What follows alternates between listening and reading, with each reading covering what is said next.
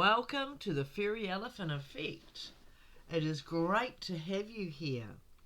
The Fairy Elephant Effect podcast explores those subtle but powerful moments that shaped us and the news stories we're writing as we reconnect with who we really are.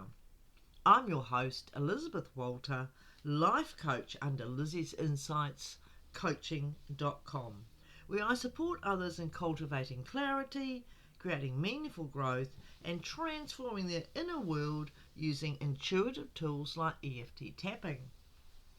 Now, a little bit about EFT tapping. This tool transformed my life and removed the trauma that I'd experienced, and also allowed me to create a new platform for the new Elizabeth to rise from and become the best version of herself. So emotional freedom techniques is one of those tools that I use, as I said, for releasing emotional blocks, calming the nervous system, and creating space for real change. It's like emotional acupuncture without the needles, simple, effective, and life-shifting. So today we are going to actually, last week we had Damien McKinnon, who is an astrologer, and that was a fantastic interview, and I thank him for coming along. And I also thank him for the courage of sharing rather deeply personal and traumatic events in his life.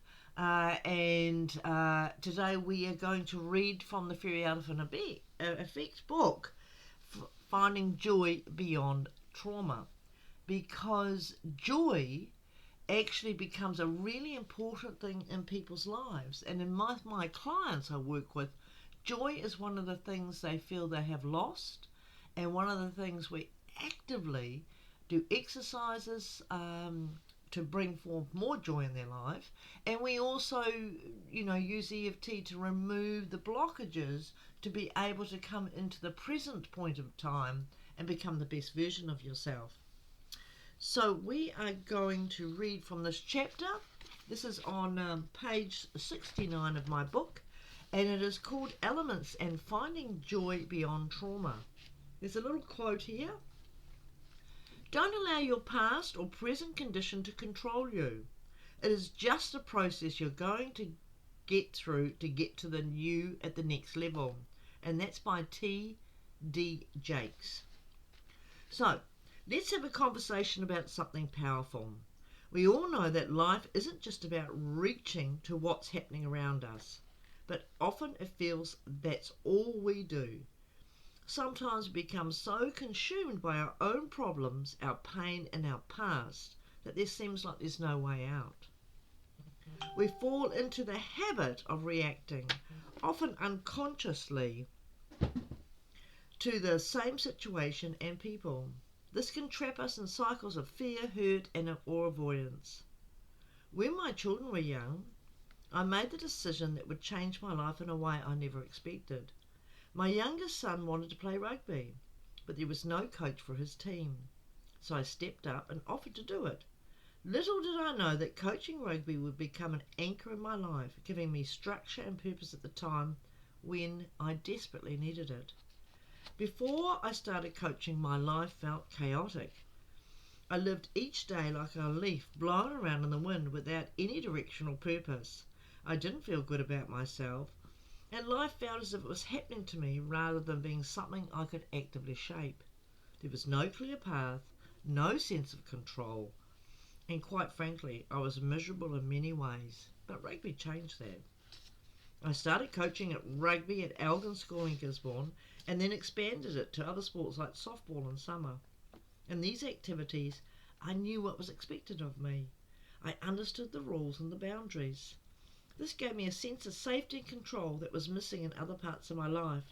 I thrived in the structure that rugby provided. Every winter, instead of being stuck at home, I found myself running around on fields, coaching kids. And when I moved to Hawke's Bay, I got involved in the Hawke's Bay Rugby Union event team for 5 years. Rugby was purposeful and a pleasurable activity for me. It wasn't just something I did because I had to. It was something I genuinely enjoyed. I love rugby, and being involved in it gave me a sense of identity and belonging. While I don't coach rugby anymore and haven't for quite some time, I still appreciate what it gave to me during that period of my life. It was a space where I felt I was playing a meaningful role, and it fit me perfectly. Coaching became more than just a hobby, it was a lifeline. Every other area of my life felt broken, but rugby gave me stability, a sense of purpose, and a way to feel good about myself. I share this story because many of us have similar things in our lives, tasks, projects, or hobbies that make us feel purposeful and capable. Maybe you're great at work projects or excel in a particular task, and that brings you a sense of accomplishment and safety. In those moments, we know the boundaries, the expectations, and the outcomes. There's comfort in that certainty. For some, these activities can be the only area in life where they feel a sense of power and control, especially if other parts of their lives feel out of control. I experienced this myself. Coaching gave me a feeling of authority, but I was conscious of using that power responsibly. Unfortunately, for some, the power they find in these pockets of life can become intoxicating and misused. It's important to be aware on how we handle the power we have, whether it's in work, hobbies, or any other area.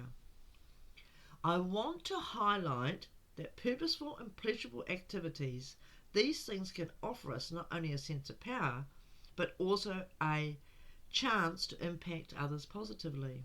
When we have structure in one part of our life, it gives us strength to start unpacking the uncomfortable feelings and unresolved areas in other parts. As we begin to heal and grow, we can bring that sense of purpose and joy to more areas of our lives, transforming them. Life doesn't have to feel chaotic or out of control. As we open up to different perspectives, hearing other stories and viewpoints, we gain more self-knowledge, which allows us to become even more of who we're meant to be. But here's the thing I want you to know. We are not our trauma. What you've been through is part of your story, yes, but it's not the whole story. Your trauma doesn't define you, and it certainly doesn't dictate the rest of your life. Once we move past this reactionary, once we stop focusing so heavily on our pain and start looking for solutions, we open ourselves up to a whole world of possibilities. In that space, healing begins. When we stop looking at the problems all the time and start shifting our attention to the solution, something incredible happens. We begin to realize we have choice. Every day we get to choose how we respond, how we think, and how we show up in the world. And that's when we start having a different conversation with ourselves, one about who we truly are, and what lights us up on the inside. And that's where the concept of the elements come in.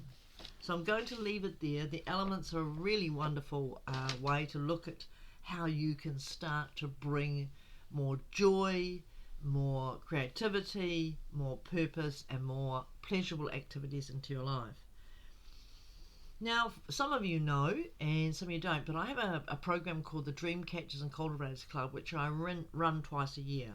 It's a 12-week program, and one of the things that we really focus on is pleasurable and purposeful activities.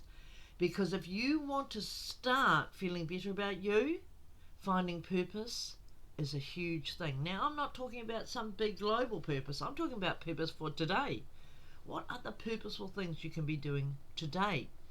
So this helps us to focus on things that grow us, focus on things that start to allow us to open up that container that's not so great, that's got all that junky, horrible stuff in it, and start allowing that to go by taking action into purposeful, more pleasurable activities. Those things have less hold on us. And it's sort of, we're filling the cup. There's a whole section in my book about cups and how when we start changing what we're putting into our life, we can start changing what's happening inside of us, which changes our life. So if you want to know more about the Dream Catchers and Cultivators Club, just get hold of me. This next one will be coming probably around August this year. Yes, and it's online, and I also have some in-person options if you live nearby. Thank you for joining me today. I'm Elizabeth Walter, life coach and EFT tapping specialist and a happy habits activator, because our habits make who we are. So I just want to remind you that we are not our traumas. We are not stuck in the past. We are constantly evolving and responding, and if we allow it, healing. And if that story spoke to you, take a moment to reflect on where you feel most grounded. Is there something that gives you a sense of purpose or pleasure? Maybe it's not rugby like me, gardening, journaling, or helping somebody else.